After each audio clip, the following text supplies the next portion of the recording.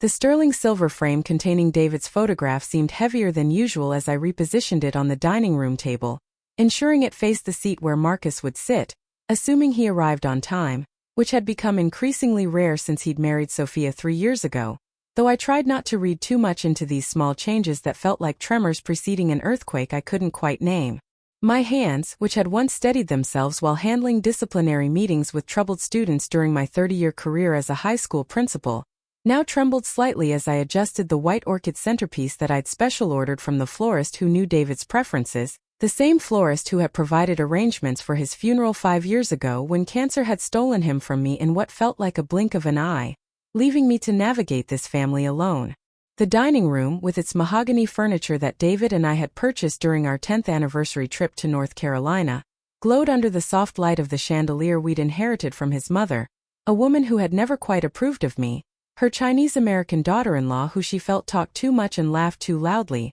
though she'd softened toward the end, especially after Marcus was born and she saw how fiercely I protected and nurtured her only grandchild. Tonight marked the 5th anniversary of David's passing, and maintaining this dinner tradition felt essential, like a lifeline to the family we'd once been. Even as I sensed the rope fraying with each passing year, each awkward conversation, each forced smile across the table that had once hosted such natural warmth and easy laughter. The aroma of David's favorite dishes filled the air as I returned to the kitchen, where the Peking duck crackled in the oven alongside the honey walnut shrimp that Marcus had requested every birthday until he turned 18, when he'd suddenly declared he was vegetarian, a phase that lasted exactly 3 months until he came home from college for Thanksgiving and devoured half a turkey by himself. The green beans with garlic, Sophia's only contribution to these family dinners despite my numerous offers to teach her our family recipes, sat limply in their serving dish, overdone as usual because she insisted on bringing them pre-cooked and reheating them, a practice that made my chef's soul cringe but which I'd learned to accept with the same forced grace I'd adopted for many of Sophia's choices. The doorbell's chime at precisely 6:30 shouldn't have surprised me, as Marcus had inherited his father's punctuality even if he'd rejected so many other traits I'd tried to instill in him, and I smoothed my black dress, the same one I'd worn to David's funeral and every anniversary since, before opening the door to find my son standing stiffly on the threshold. His jaw set in that defensive position I'd been seeing more frequently, while Sophia stood beside him cradling Isabella, my 6-month-old granddaughter whose existence still felt like a miracle I was only allowed to witness from a careful distance. "Mother," Marcus said, the formal address that had replaced Mom sometime in the last 2 years stabbing at my heart like an acupuncture needle finding exactly the wrong pressure point, and I forced my smile wider as I stepped aside to let them enter, noting how Sophia's eyes darted nervously between Marcus and me, her free hand reaching for his arm in what looked like either support or restraint. I couldn't tell which anymore in this choreographed dance we'd all learned to perform. The way Sophia clutched Isabella closer as she passed me in the foyer spoke volumes about tensions I pretended not to notice, even as every maternal instinct screamed at me to reach for my grandchild, to breathe in that sweet baby scent that triggered something primal and aching in my chest. But I'd learned through painful trial and error that asking to hold Isabella too early in the visit would result in Marcus's shoulders tensing and Sophia's polite but firm redirections about the baby needing to settle or just having eaten or any number of excuses that meant the same thing. "You are not fully trusted with our child. The house smells wonderful, Eleanor," Sophia offered, her voice carrying that careful diplomatic tone she'd perfected. The same tone I recognized from my years of dealing with parents who were trying to extract their delinquent children from well-deserved consequences, and I wondered when I'd become someone requiring such careful handling, when the distance between us had grown from a crack to a chasm that required such delicate bridge building with each interaction. "It's all David's favorites," I replied, leading them into the dining room where the table settings gleamed under the chandelier's light, each place setting precisely arranged with the wedding china that would someday go to Marcus, though lately I'd wondered if he'd even want these family heirlooms or if they'd end up in an estate sale, purchased by strangers who wouldn't know the story of how David had surprised me with this set after I'd admired it in a department store window during our lean years when such luxuries seemed impossibly out of reach. Marcus's eyes found his father's photo immediately, and something flickered across his face too quickly for me to read, though the tightening around his mouth suggested it wasn't the fond remembrance I'd hoped to inspire, and he pulled out Sophia's chair with mechanical politeness before settling himself in his usual spot. his movements carrying a tension that made the air in the room feel charged with unspoken grievances that had been accumulating like dust in corners I couldn't quite reach. "Would you like me to warm Isabella's bottle?" I asked, noticing the diaper bag Sophia had placed by her chair, my voice perhaps too eager as I grasped for any way to be helpful, to be needed, to be the grandmother I'd imagined I'd become rather than this carefully managed visitor in my own family's life. But Sophia's quick shake of her head and murmured, "I've got it handled," shut down that avenue of connection before it could even properly form. The silence that descended as I brought out the dishes felt heavier than the silver serving platters, each trip between kitchen and dining room an opportunity to steel myself for conversation that had once flowed as naturally as breathing but now required the kind of careful navigation I'd previously reserved for board meetings with difficult parents or budget negotiations with the school district. Marcus served himself mechanically, his movements precise but lacking any enthusiasm, while Sophia juggled eating with bottle-feeding Isabella,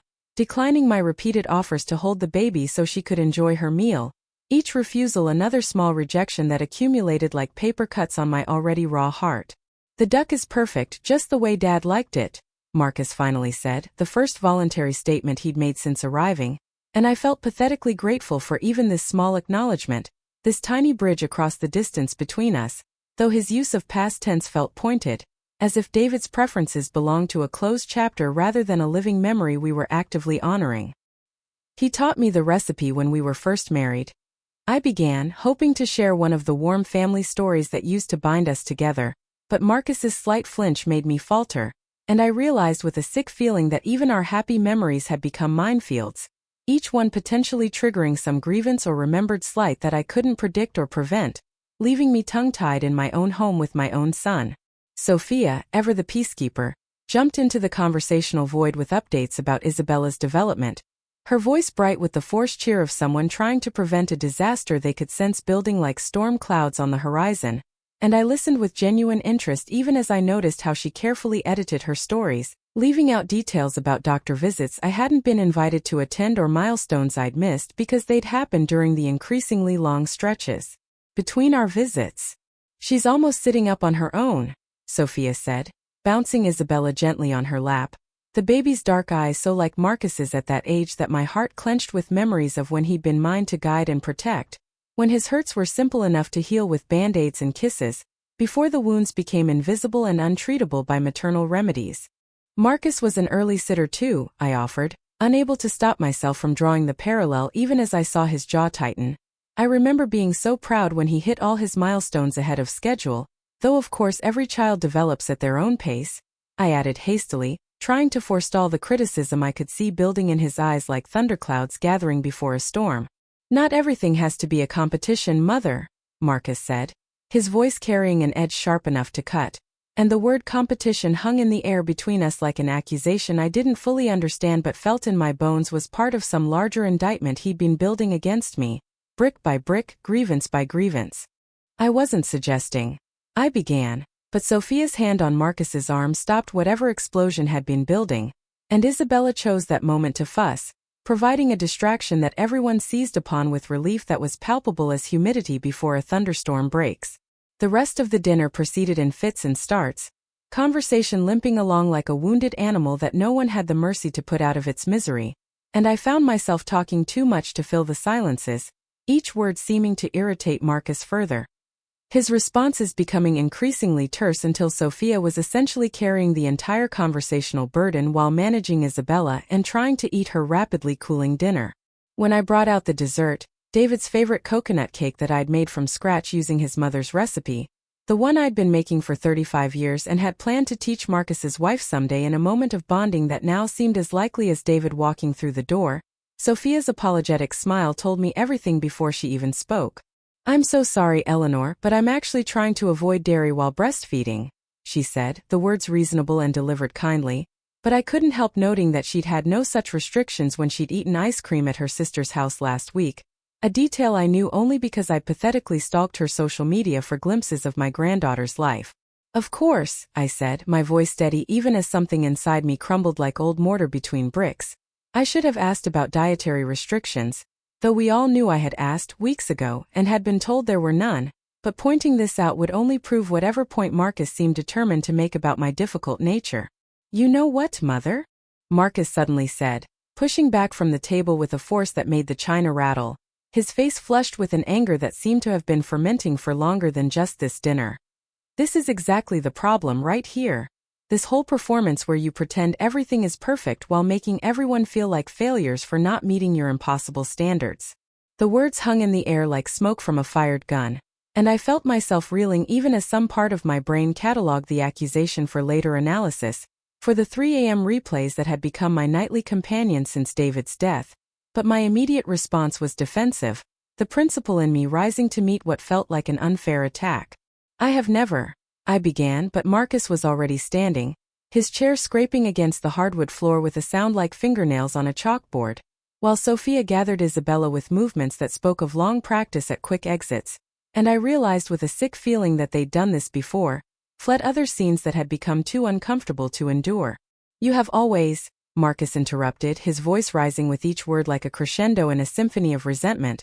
Nothing was ever good enough, not my grades even when I made honor roll, not my career even though I'm successful, not my wife even though she's wonderful, and now you're starting with Isabella, comparing her to me, setting up the same impossible standards that made me feel like a failure my entire childhood. Marcus, please, Sophia said softly. But he was beyond stopping now, years of carefully controlled resentment spilling out like water through a broken dam, and I stood frozen as my son enumerated my failures as a mother with the kind of detailed precision that suggested he'd been keeping a mental ledger for years. Do you know what it was like growing up in this house? He demanded, gesturing around the dining room that held so many memories I'd thought were happy but which apparently festered in his mind like untreated wounds. Every single thing was a test I could fail, every choice an opportunity to disappoint you, and Dad just went along with it, never standing up for me, never telling you to ease up, and now he's gone and you're worse than ever, sitting there in your funeral dress like some kind of martyred saint while you pick apart everything Sophia and I do with our daughter.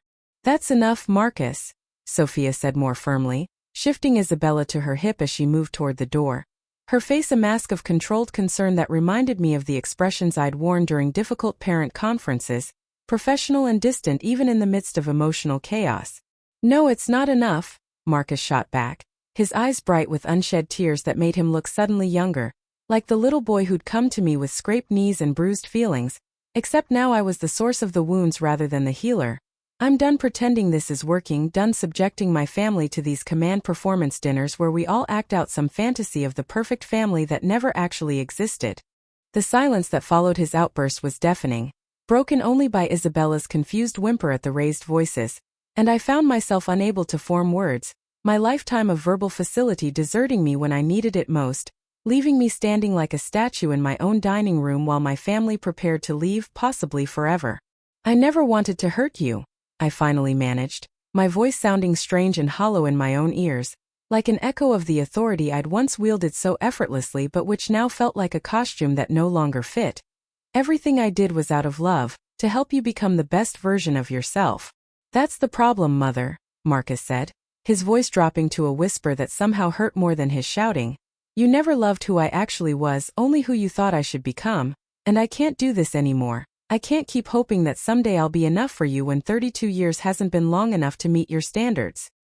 He moved toward the door where Sophia was already waiting, Isabella now crying in earnest at the tension crackling through the room like electricity before a lightning strike, and I felt paralyzed by the magnitude of what was happening, the careful structure of our family dissolving before my eyes like sugar in rain. Marcus, please, let's talk about this, I said, following them to the foyer, my voice breaking on the words as desperation overrode pride, but he was already helping Sophia with her coat, his movements decisive and final in a way that terrified me more than his anger.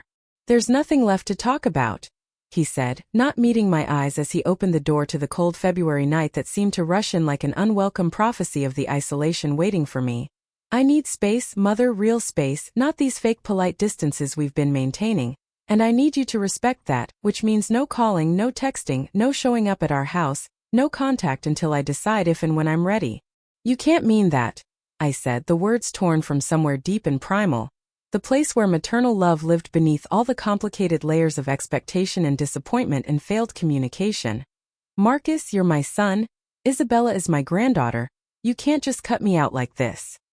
He turned at the threshold, his face illuminated by the porch light in a way that showed every line of exhaustion and pain, and for a moment I saw David in his features so clearly it took my breath away. But when he spoke, the words were purely his own, delivered with a finality that felt like a door slamming on everything I'd thought my life would be. "Watch me," he said, and then they were gone, the sound of their car doors closing and engine starting feeling like the final notes of a requiem for the family we'd once been, leaving me standing in my doorway staring into the darkness that seemed to press in from all sides, wondering how a dinner meant to honor the dead had managed to kill what remained of the living. The morning Sophia's name illuminated my phone screen 3 months after that devastating anniversary dinner. I was sitting at the kitchen table where David and I had shared 28 years of morning coffee, my hands wrapped around a mug that had gone cold while I stared at the empty bird feeder outside the window, too listless to refill it even though the cardinals who visited daily had become my only reliable companions in the silence that had settled over the house like dust on unused furniture. My finger hovered over the accept button for what felt like an eternity but was probably only seconds, my heart performing a complex percussion solo against my ribs as I contemplated whether this call would bring news of illness, accident, or some other tragedy that would compound the loss I'd been grieving every single day since Marcus had fulfilled his promise to cut me from his life with surgical precision. "Eleanor."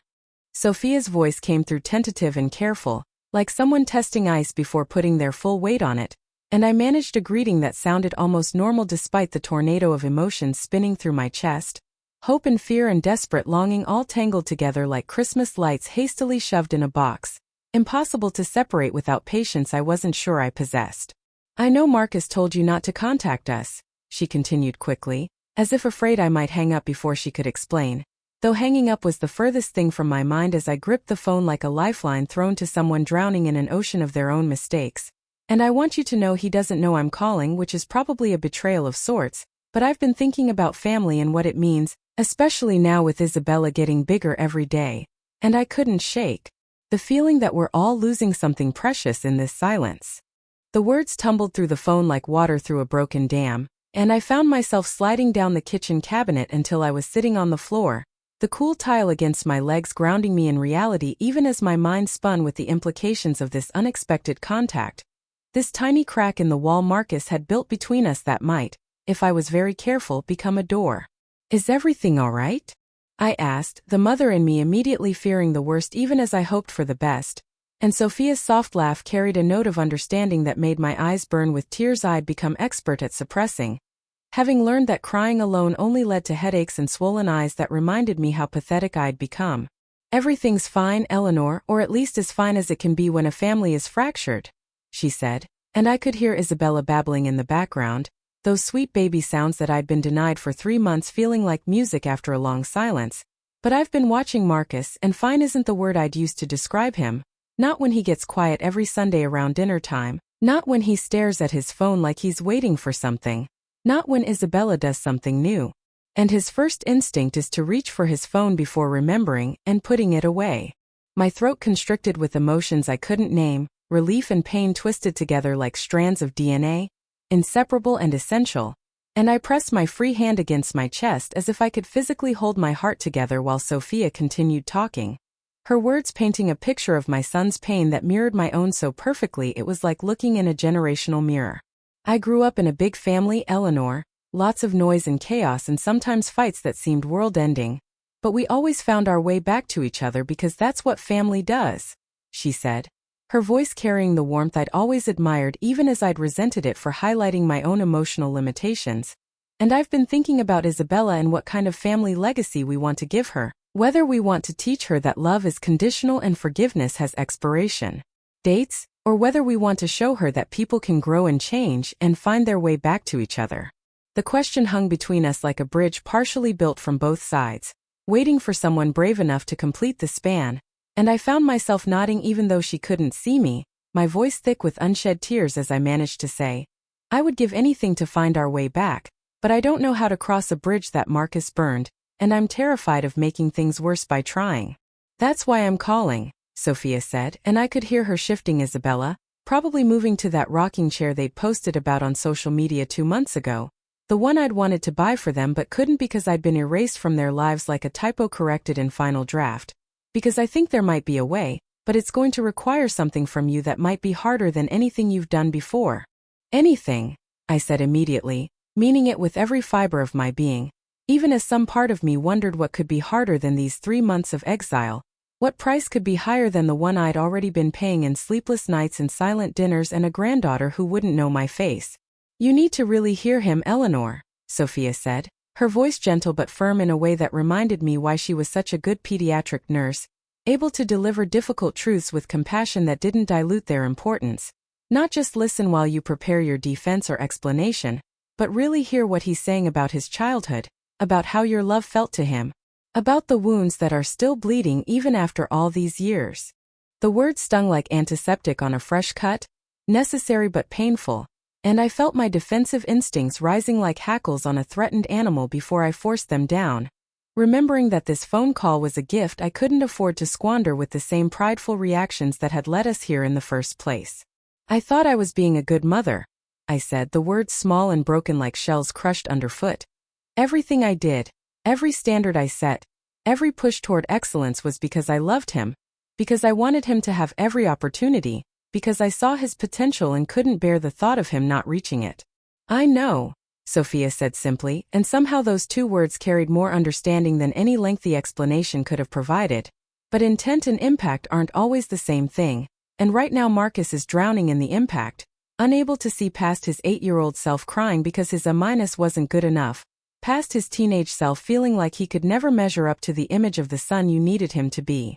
The examples hit like precisely aimed arrows, each one finding its mark in memories I'd filed away as motivational moments but which had apparently festered in Marcus's psyche like untreated infections, and I found myself really examining, perhaps for the first time, the gap between the mother I'd thought I was and the mother Marcus had experienced. Would you be willing to meet me? Sophia asked after a moment of silence that felt heavy with the weight of years of miscommunication and misunderstood love. I thought maybe if you could see Isabella, hold her, and we could talk about how to move forward. It might help me figure out how to help Marcus find his way back to you. Because despite everything, I believe he wants to, even if he can't admit it yet. The hope that bloomed in my chest felt dangerous, like standing too close to a flame after being cold for so long. But I couldn't resist its warmth any more than I could resist the chance to hold my granddaughter, to prove that I could be different, better, the grandmother Isabella deserved rather than the mother Marcus remembered. Yes, I breathed, the word carrying all the desperate longing of 3 months of exile. When and where, just tell me and I'll be there. And Sophia, thank you. Thank you for being brave enough to make this call when you had every reason not to, when staying silent would have been so much easier. We arranged to meet at a coffee shop downtown 3 days later. Neutral ground that wouldn't carry the weight of memory that my house held, and I spent those 3 days in a frenzy of preparation that had nothing to do with my appearance and everything to do with my mental state, reading articles about listening without defending, about acknowledging harm without minimizing, about the difference between explanation and justification. When I walked into the coffee shop and saw Sophia sitting by the window with Isabella in her carrier, the baby so much bigger than when I'd last seen her, wearing a pink outfit with tiny butterflies that made her look like spring personified, I had to pause in the doorway to compose myself, to push down the grandmother who wanted to rush over and claim what felt like mine by right, and instead approach like what I was, a guest in their lives hoping to earn back my place. Sophia stood when she saw me, and something in her face, a mixture of compassion and determination that reminded me why Marcus had chosen her even as I'd initially questioned whether she was accomplished enough for my son, gave me courage to close the distance between us with measured steps that felt like walking a tightrope over an abyss of potential rejection. She's beautiful, I said, the words inadequate to express the tsunami of love and longing that crashed over me at the sight of Isabella's dark eyes, so like Marcus's at that age, and Sophia's small smile as she lifted the baby from her carrier felt like permission to hope, even as she held Isabella for a moment before transferring her to my waiting arms. The weight of my granddaughter in my arms after 3 months of empty aching felt like coming home after a long journey through hostile territory, and I breathed in her sweet baby scent while tears I couldn't stop rolled down my cheeks, each one carrying a different regret, a different promise to do better, to be better, to earn this second chance I was being offered. She missed you, Sophia said softly, settling back in her chair with her coffee while I swayed gently with Isabella, muscle memory from Marcus's babyhood taking over even as everything else felt foreign and fragile. Even if she can't say it, babies know their people, and you're her people, Eleanor, whether Marcus is ready to admit it or not. How is he? I asked, looking up from Isabella's perfect face to meet Sophia's knowing eyes. And the compassion I saw there made me brace for truth I needed to hear even if it hurt, which seemed to be the theme of this new chapter one was desperately trying to write. He's struggling, Sophia said simply, refusing to sugarcoat reality in a way I found myself respecting even as it stung. He goes to therapy every week, trying to untangle all the complicated feelings about you, about his childhood, about the standards he still holds himself to even though intellectually he knows they're unrealistic, and some days are better than others, but I can see the effort it's taking to maintain this distance when part of him wants to call you every time Isabella does something new. I wrote him letters, I admitted, the words tumbling out like confession to a priest. Dozens of them over these 3 months, all unsent, all trying to explain or apologize or find the magic combination of words that would undo the damage I never meant to cause but caused anyway. And each one felt more inadequate than the last because how do you apologize for loving wrong when the love itself was real? Sophia reached across the table to touch my hand, the gesture so unexpected and generous that fresh tears spilled over. And Isabella chose that moment to grab my finger with her tiny fist, the connection between generations physically manifested in that small grip that felt stronger than any chain. Maybe that's where you start, Sophia suggested, her voice thoughtful and measured like someone who'd given this considerable thought. Not with explanations or justifications, but with acknowledging that love can be real and still cause damage, that good intentions don't erase impact, that you can't change the past but you're willing to do the work to change the future. We talked for 2 hours while Isabella dozed in my arms, Sophia sharing stories about Marcus's therapy revelations with careful discretion, helping me understand the depth of wounds I'd inflicted with my relentless push for excellence, my inability to celebrate achievements without immediately pointing toward the next goal, my unconscious comparisons that made him feel like he was competing in a race where the finish line kept moving. He told his therapist that he felt like he was never enough, Sophia said, her voice gentle but the words sharp as surgical instruments, that every accomplishment was just a stepping stone to the next expectation, that your love felt conditional on his performance, and even though he knows intellectually that you love him, that knowledge lives in his head while the feeling of not being enough lives in his body, in his nervous system, in the way he still flinches when someone critiques his work. The portrait she painted of my son's inner landscape was devastating in its clarity, showing me angles of pain I'd been blind to, probably because acknowledging them would have required admitting my own failures, my own limitations, my own humanity in a way that the principal in me, the authority figure, the mother who needed to have all the answers, had never been able to do. I want to fix this, I said, my voice raw with emotion as Isabella stirred in my arms, making small sounds that Sophia assured me were normal sleep noises, though I found myself analyzing them anyway, old habits dying hard even in my reformed state. But I don't know how to rebuild trust that took 32 years to destroy, don't know how to prove that I can change when the patterns are so deeply embedded they feel like part of my DNA. Maybe you start by not trying to fix it, Sophia suggested, and the paradox of that statement took a moment to sink in. Maybe you start by sitting with the discomfort of broken things, by respecting Marcus's timeline instead of imposing your own, by doing your own work in therapy to understand why you needed him to be perfect, what fears or insecurities drove that relentless push for achievement. The suggestion that I might benefit from therapy felt like another small blow to my ego, the part of me that had always been the helper, never the one needing help, but I nodded, understanding that this was part of the price of readmission to my family's life, and a small price at that compared to what I'd already lost. I'll do whatever it takes, I said, meaning it with every cell in my body as I reluctantly prepared to hand Isabella back, knowing our time was ending but grateful beyond words for what I'd been given. Therapy, patience, whatever Marcus needs to feel safe enough to let me back in, even if it takes years, even if we never get back to what we were, because any relationship with him is better than this nothing. The suggestion that I might benefit from therapy felt like another small blow to my ego, the part of me that had always been the helper, never the one needing help, but I nodded, understanding that this was part of the price of readmission to my family's life, and a small price at that compared to what I'd already lost. I'll do whatever it takes, I said, meaning it with every cell in my body as I reluctantly prepared to hand Isabella back, knowing our time was ending but grateful beyond words for what I'd been given. Therapy, patience, whatever Marcus needs to feel safe enough to let me back in, even if it takes years, even if we never get back to what we were, because any relationship with him is better than this nothing.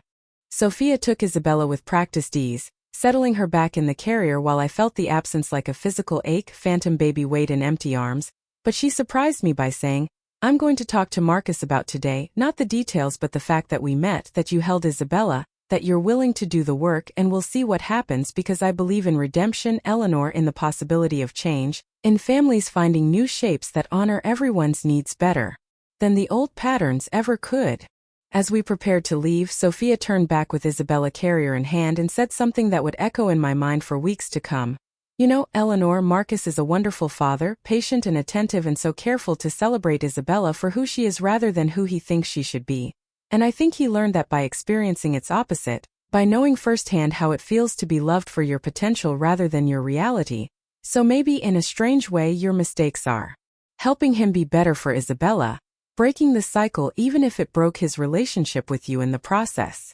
The bittersweet truth of that observation followed me home to my empty house, where David's picture still sat on the mantel like a witness to all that had transpired, and I found myself talking to him as I often did, telling him about Sophia's kindness, about holding Isabella, about the possibility of redemption that felt both closer and further away than ever. That night, I pulled out a fresh notebook and began writing not another letter to Marcus but a letter to myself, an excavation of the fears that had driven me to push so hard, the immigrant mother's terror that anything less than excellence would confirm stereotypes, the widow's need to control what she could after losing what she couldn't, the principal's inability to separate professional authority from maternal love, creating a toxic mixture that poisoned what should have been nourishing. 3 weeks later, my phone rang at 9 in the evening, Marcus's name on the screen making my heart stop and restart in an entirely new rhythm. And when I answered with hands shaking so badly I nearly dropped the phone, his voice came through rough and uncertain, saying simply,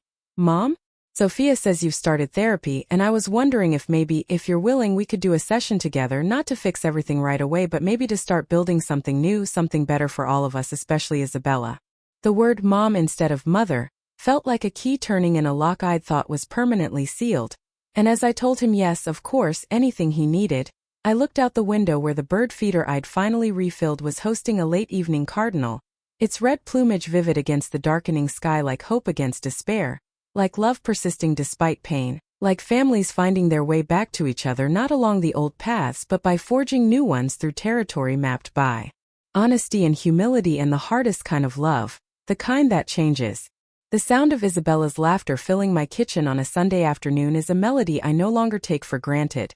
Each giggle a note in a song of redemption that took months of therapy sessions, difficult conversations, and the kind of patience I'd never possessed before learning that love sometimes means stepping back, rather than pushing forward. She sits in the high chair that Marcus assembled last month when they started coming for weekly dinners again. Not the formal affairs I used to orchestrate with military precision but casual gatherings where Sophia brings dessert from the Mexican bakery she loves and I've learned to serve food family style, letting people take what they want rather than portioning out what I think they need. "Abuela," Isabella says, reaching for me with sticky fingers covered in mashed sweet potato. The name Sophia taught her carrying none of the formality of grandmother, but all of the warmth I'd always craved but never knew how to cultivate. And I lean in to accept her messy kiss without worrying about my blouse or the sweet potato that's now decorating my cheek like war paint from a battle I finally stopped fighting. Marcus watches from across the table with eyes that still carry shadows of old wounds but also something newer. A cautious trust we've built session by session in Dr. Martinez's office where we've learned to speak different languages of love. His need for acceptance meeting my need to nurture in a middle ground we're still mapping but no longer afraid to explore. He doesn't flinch anymore when I compliment his parenting, having learned to hear my words through the filter of our work together rather than the old lens of criticism, and I've learned to celebrate the father he is rather than mourn the achievements I'd imagined, understanding finally that his happiness is a greater accomplishment than any award or accolade could ever be. "She's getting so big," I say, keeping my voice observational rather than comparative, a skill that took months to develop but now feels almost natural, like speaking a foreign language that's finally becoming fluent, and Sophia smiles at me with the warmth of a daughter-in-law who's become the daughter I never had, our relationship its own separate miracle born from her courage to build bridges where others would have built walls. "Just wait until you see her at the park," Marcus says. his voice carrying an ease that would have seemed impossible a year ago when every word between us was weighted with history and hurt. She's determined to climb everything, completely fearless, which terrifies me and amazes me in equal measure. The admission of his fear alongside his pride is something the old Marcus never would have shared, too worried about appearing weak in front of a mother who seemed to have all the answers, and I recognize this vulnerability as the gift it is, responding with my own admission that, I remember feeling the same way when you started climbing, though I probably hid the terror part too well. Another thing I'm learning to do differently. We don't pretend the past didn't happen or that the scars have magically disappeared, but we've learned to tend them together rather than separately. Our family therapy sessions becoming less frequent as we've developed our own vocabulary of healing, our own rhythms of connection that honor both closeness and boundaries in ways that feel sustainable, rather than suffocating. The photo of David still sits on the mantle, but it's joined now by pictures of Isabella, of Marcus and Sophia's wedding that I'd only seen through social media, of the family vacation we took last month to the beach where 3 generations built sandcastles and watched sunsets and created new memories to layer over the complicated ones. Next Sunday, Marcus asks as they prepare to leave, Isabella drowsy in Sophia's arms after an afternoon of being loved by all of us in our different ways, and I nod while resisting the urge to suggest they come sooner, understanding that weekly dinners are a gift not to be taken for granted or pushed for more, that contentment with what we have is its own form of love. We'll be here, I confirm, walking them to the door where our goodbyes include hugs that feel natural rather than obligatory, Isabella's sleepy wave melting whatever ice might have survived our year of careful thawing, and as I watch them drive away, I don't feel the desperate loneliness that used to follow their departures but rather a quiet gratitude for second chances and the wisdom to handle them better than first ones. The cardinal at the bird feeder catches my eye as I close the door, its presence a constant reminder that some things persist through all seasons of change, and I think about how love itself is like that bird, returning again and again to places that nurture it, bright against whatever backdrop life provides, singing its song of possibility to anyone willing to listen and, more importantly, willing to change their tune when the old melody no longer serves the harmony of the whole.